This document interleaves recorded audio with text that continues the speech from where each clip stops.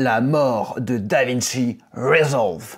Qu'est-ce que c'est que ce titre putaclic, Théo? Ah non, là, j'attends des explications. Vous allez voir que dans cette vidéo, je vais commencer par vous expliquer mon titre. Ensuite, on va parler des deux mindsets qu'on peut avoir vis-à-vis des mises à jour de logiciels. Ensuite, on verra 5 nouvelles features de Premiere Pro que je trouve incroyables. Et enfin, à la fin, je vous parlerai d'une grosse mise à jour qui est sortie il y a quelques mois, mais dont personne ne parle. Restez bien jusqu'à la fin parce que je pense que vous ne serez pas déçus. Pour commencer, what the fuck avec ce nom? Eh bien, ce n'est pas un titre putaclic parce que c'est officiel. DaVinci Resolve est mort dans ma tête. Alors, je vais commencer par faire un petit rappel parce qu'il y en a peut-être certains qui ne savent pas ce que c'est. Donc, DaVinci Resolve, à la base, c'est un logiciel d'étalonnage assez avancé utilisé dans les grandes productions au cinéma où on peut retravailler les couleurs, etc. vraiment en détail. Il se trouve qu'avec le temps, c'est aussi devenu un logiciel de montage qui est de plus en plus avancé et aujourd'hui, il est assis à la même table que Premiere Pro et Final Cut en termes de fonctionnalité. C'est pour ça qu'il y a beaucoup de monteurs qui passent dessus et aussi parce que il y a une version gratuite du coup qui est très attrayante. Ce qui fait qu'on se retrouve avec beaucoup de comparaisons Premiere Pro vs DaVinci Resolve, lequel choisir, et j'avoue que moi-même j'ai été concerné par ce fight. Ce qui s'est passé du coup, c'est que effectivement j'ai pensé à switcher sur DaVinci. Alors pour quelle raison? Déjà parce qu'il y avait des nouvelles fonctionnalités que je ne trouvais pas dans Premiere, que j'allais trouver sur DaVinci. Par exemple, l'amélioration de la voix, donc la suppression du bruit de fond sur les voix, notamment avec des ventilateurs ou un grésillement. Ensuite, les fondus audio beaucoup plus intuitifs et simples à manipuler. Et d'une manière plus globale, la fluidité et la simplicité du logiciel, c'est-à-dire moins de bugs quand on navigue sur la timeline, une interface qui est beaucoup plus simple et agréable à manipuler. Bref, ça donnait envie. Ensuite, également pour me mettre à l'étalonnage, parce que forcément DaVinci c'est un logiciel d'étalonnage poussé, donc je me suis dit c'est le moment de passer un cap. Et également, suite au nombre de questions que je recevais sur DaVinci, moi en tant que vidéaste, mais également en tant que youtubeur formateur, je me suis dit du coup, ça sera l'occasion de proposer des tutos YouTube et une formation sur DaVinci. Il se trouve qu'au final, vous l'avez compris, je ne switcherai pas sur DaVinci pour différentes raisons. Déjà, les nouvelles fonctionnalités dont je parlais sont arrivés sur Premiere, voilà, au moins c'est réglé. Ensuite, je me suis rendu compte que j'avais pas besoin de faire d'étalonnage avancé pour faire de belles vidéos et des vidéos qui satisfont mes clients. En gros, une bonne image filmée, ça veut pas dire grand chose, mais en gros, une image bien filmée avec une retouche minimale pour uniformiser, ça suffit pour avoir vraiment un rendu pro. Et je précise parce que ça, je sais qu'il y en a plein qui vont débarquer dans les commentaires, oui, l'étalonnage c'est important, machin. Effectivement, si tu bosses en fiction dans une équipe de minimum 5 personnes avec quelqu'un pour le son, quelqu'un pour le montage, quelqu'un pour la mise en scène, effectivement, avec un étalonneur, là, je le concède, c'est important. Mais moi, je parle des vidéastes indépendants qui font tout eux-mêmes. Et enfin, je ne veux pas faire de formation sur un logiciel que je n'utilise pas au quotidien avec mes clients. Ça me paraît complètement absurde. Donc c'est pour toutes ces raisons-là que j'ai décidé finalement de ne pas passer sur DaVinci et sans aucune frustration. Je suis heureux de rester sur Premiere Pro et je n'ai jamais été aussi heureux que la semaine dernière quand j'ai découvert les 5 nouvelles features de Premiere Pro. Mais avant ça, je voudrais faire une précision sur les deux mindsets possibles qu'on peut avoir vis-à-vis des mises à jour de logiciels. On a le mindset « vous foutez quoi ?» et on a le mindset zen. Alors, c'est quoi le mindset vous foutez quoi? C'est le fameux truc où tu es dans l'attente permanente des mises à jour de logiciels, mois après mois, parfois semaine après semaine, voire même jour après jour, quelle va être la prochaine mise à jour. Et vous avez sûrement vu pas mal de vidéos passer sur YouTube. Alors en général, c'est Premiere Pro qui prend cher. Premiere, vous foutez quoi? Il serait temps de faire ci, il serait temps de faire ça. Du coup, dans le mindset vous foutez quoi? Tu vas de frustration en frustration. Tu passes ton temps à comparer les logiciels. Tu te plains H24 et surtout, même quand une mise à jour sort, tu te plains quand même sur ce que cette mise à jour ne contient pas. Le fameux « ça aurait été cool que vous rajoutiez X ou Y ». Donc on n'est jamais satisfait, on est dans la plainte permanente. Maintenant, dans le mindset zen, c'est différent. Forcément, on se déconnecte complètement de la notion de mise à jour. On va utiliser notre logiciel comme si c'était la version la plus aboutie possible. Et on va se concentrer surtout sur la big mise à jour qui est sortie il y a quelques mois et qui change tout au rendu de tes vidéos. Je te rappelle que c'est la mise à jour que je vais te présenter à la fin, donc reste bien. Et enfin, le jour où tu fais ta mise à jour, j'ai mis là entre 12 et 24 mois. Moi, c'est personnellement ce que je fais en général, c'est-à-dire que je me fixe pas un moment où je fais une mise à jour. C'est ah ouais, putain, il y a peut-être une nouvelle mise à jour, là, ça fait grave longtemps que j'en ai pas fait. Qu'est-ce qui se passe? Tu dégustes les nouveautés et tu as hâte de les mettre en pratique dans tes vidéos. Donc voilà, c'est comme un petit mojito avec la bonne menthe fraîche, etc.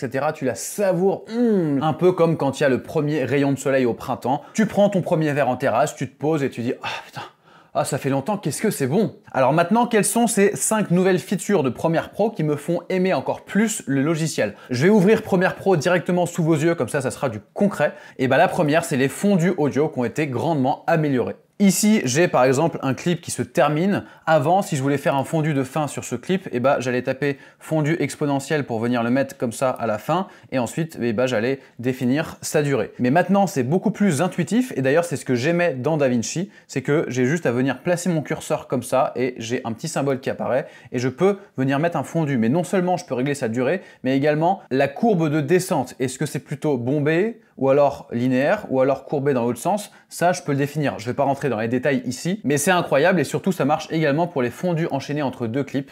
On peut régler la durée et la courbe. Donc ça, c'est une chose qui aurait pu me faire passer sur DaVinci, mais évidemment, j'ai été patient et c'est arrivé sur Premiere. Deuxième chose, c'est le zoom et le dézoom sur la fenêtre de preview. Alors, ça peut paraître anodin dit comme ça, mais en fait, c'est quelque chose qui me gênait moi avant. On ne pouvait pas faire ça, c'est-à-dire que là, je suis en train de tourner ma roulette de souris et je peux venir me mettre à un certain endroit de l'image. Et même si je viens prendre l'outil main, je vais pouvoir me déplacer comme ça dans l'image, un petit peu comme dans After Effects au final. Et ça, c'est ultra pratique, notamment quand on veut venir, par exemple, mettre un masque, comme ici, je peux zoomer à cet endroit-là et je vais pouvoir placer mon masque bien précisément. Alors qu'avant, on devait gérer le niveau de zoom avec ce curseur ici et ensuite gérer le droite-gauche au bas avec des curseurs, c'était pas pratique du tout. Troisième fonctionnalité, alors ça n'est pas une nouveauté, mais c'est un truc que j'ai découvert la semaine dernière et je me suis dit, putain, c'est trop bien de découvrir ça. C'est le floutage en mosaïque. Alors justement, ça concerne exactement le même plan qu'on avait ici. Vous voyez ici, j'ai voulu flouter quelqu'un pour pas qu'elle apparaisse dans ma vidéo, parce que c'est filmé en caméra cachée. Et au lieu d'appliquer un effet de flou gaussien qui aurait flouté toute la zone uniformément, je trouvais ça sympa de faire une sorte d'effet mosaïque comme ça. Donc je suis venu appliquer un effet qui s'appelle tout simplement mosaïque dans Premiere Pro. J'ai appliqué un masque dessus. Et c'est un effet tout simple où on peut choisir le nombre de carrés horizontaux et pareil le nombre de carrés verticaux, mais forcément plus il y en a, moins ça devient flou. Mais c'est un exemple pour vous dire, ok, mon logiciel, ça fait 10 ans que je m'en sers comme vidéaste pro, et je continue de découvrir des choses dessus, je n'ai pas besoin d'attendre des mises à jour. Quatrième feature, c'est l'amélioration de la voix. Alors ça, c'est un truc de dingue. Donc la fameuse suppression du bruit de fond qu'on avait dans DaVinci, elle est arrivée dans Premiere Pro et je vais vous montrer un exemple, c'est incroyable. Ici, on est sur un réel exemple de moi en face caméra sur ma nouvelle chaîne YouTube Ciao Panam où je fais des vidéos 100% au smartphone et je me suis rendu compte au montage que malheureusement le micro était mal branché. C'est décidé, c'est ma résolution pour cette rentrée 2024. On a cette espèce de grésillement qui est horrible et pour moi le plan était, le son était complètement inutilisable. Mais il y a cette fameuse nouveauté dans Premiere Pro qui s'appelle accentuer, optimiser la parole. Je clique sur accentuer, en gros c'est une IA qui va calculer pour optimiser la voix et si je mets le curseur à 100 pour vraiment que vous vous rendiez compte. C'est décidé, c'est ma résolution pour cette rentrée 2024. C'est quand même assez incroyable. J'avoue que en général, moi je suis pas convaincu par ce type de choses quand on fait des démos, que la personne se filme à côté d'un ventilateur, on se dit tu vas jamais te filmer réellement comme ça, mais là avec un exemple concret d'un micro qui grésille, c'est incroyable, il n'y a plus aucun grésillement. Cinquième et dernière feature, alors là vous allez peut-être vous moquer de moi, mais c'est effectivement les emojis. Alors oui, vous voyez que j'adore mettre des emojis partout, et même dans Adobe Premiere Pro. Il se trouve que en fait, je me suis senti un petit peu con parce que sur ce fameux plan, je n'avais pas découvert l'option optimiser la parole, donc du coup j'ai diffusé ma vidéo telle quelle avec le grésillement. Donc je me suis dit, je vais rajouter un message pour m'excuser un peu pour ce son pourri. Et du coup, voici le texte que j'ai rajouté à l'image. Et j'ai pu mettre un petit emoji qui rigole. Et ça, c'était pas possible avant dans Premiere Pro de mettre des emojis. Alors que maintenant, c'est possible. En gros, c'est juste un champ de texte dans lequel j'ai mis un emoji tout simple. Avant, il fallait importer un emoji en PNG. Enfin bref, c'était l'enfer. Je le faisais pas. Tout ça pour dire que c'est le genre de petites nouveautés qui, moi, me font vraiment kiffer parce que je me dis, ah ok, là, j'ai un usage concret et le logiciel vient m'apporter quelque chose. Donc, j'ai pas du tout été en attente de ça, mais ok, c'est possible. Donc, je progresse petit à petit. Alors maintenant, vous allez me dire, ouais, Théo, c'est sympa tes 5 nouvelles features là, mais honnêtement, ça m'en touche une sans bouger l'autre. Et je vous comprends, parce que c'est pas pour ça qu'il faut choisir un logiciel de montage. Mais c'est pour cette raison que ce sur quoi vous devez switcher tous sans exception, c'est la big mise à jour qui est sortie il y a quelques mois et dont personne ne parle. Tiens, je vais me remettre ici parce que je préfère être en haut à droite. Alors c'est quoi cette mise à jour, Théo? Eh bien déjà, à quoi elle sert? C'est important de savoir ça. Elle permet de captiver l'attention du spectateur tout au long de notre vidéo. Donc concrètement, le spectateur, il va être accroché dès le début. il va vouloir la regarder jusqu'au bout et il va être enthousiaste. Du coup, il va vouloir réagir à cette vidéo, mettre des likes, faire des commentaires et surtout la partager autour de lui. Et n'est-ce pas notre désir numéro 1 en tant que vidéaste? Il faut savoir que cette mise à jour, elle est dispo sur tous les logiciels de montage, sans aucune exception. Elle est 100% gratuite et enfin, elle est facile à installer, à mettre en place. Alors là, je pense que vous avez tous envie de savoir. La voici. 3, 2, 1... 0,5. Bon allez Théo, vas-y.